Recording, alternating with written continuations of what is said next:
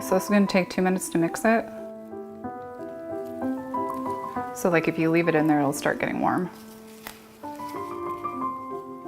My name is Erin Virta. I'm from Duluth, Minnesota.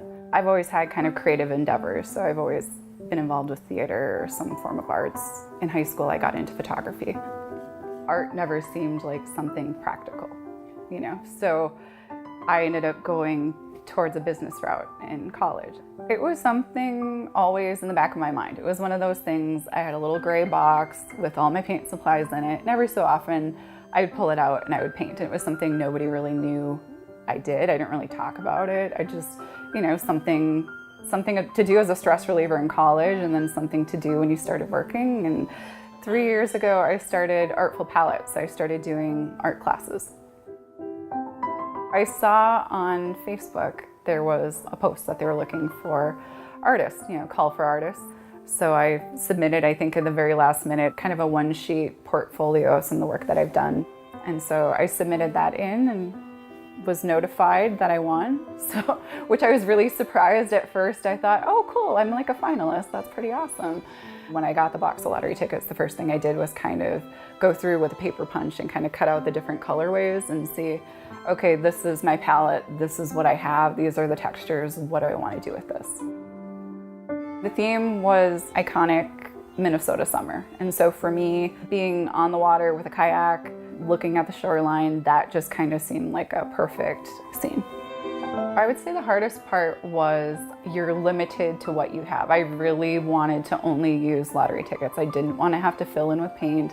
I didn't want to have to use anything other than glue. I purposely avoided working with the pieces that actually scratch off, just because it's kind of frustrating when you think you're working with one colorway and all of a sudden it's purple or it's pink, or, you know, as you get it down on the canvas.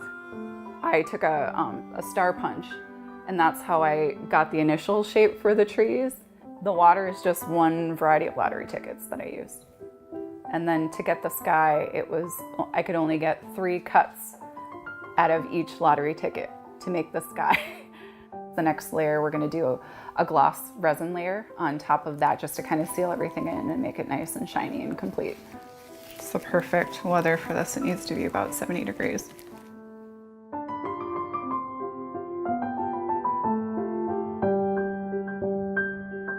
This is my first real attempt working, you know, with paper art. It's tedious.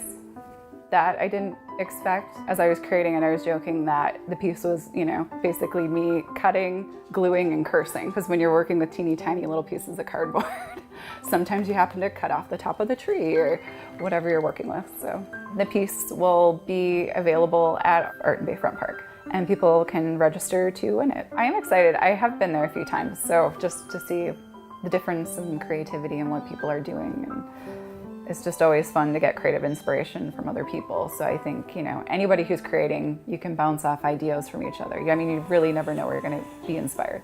I think the important thing is just to create. I mean, that's the biggest hurdle, is that so many people have, you know, their own preconceived notions that they don't even start. So it's just starting and making and creating something. You know, it doesn't matter if it's good or bad. It's really that journey of creation.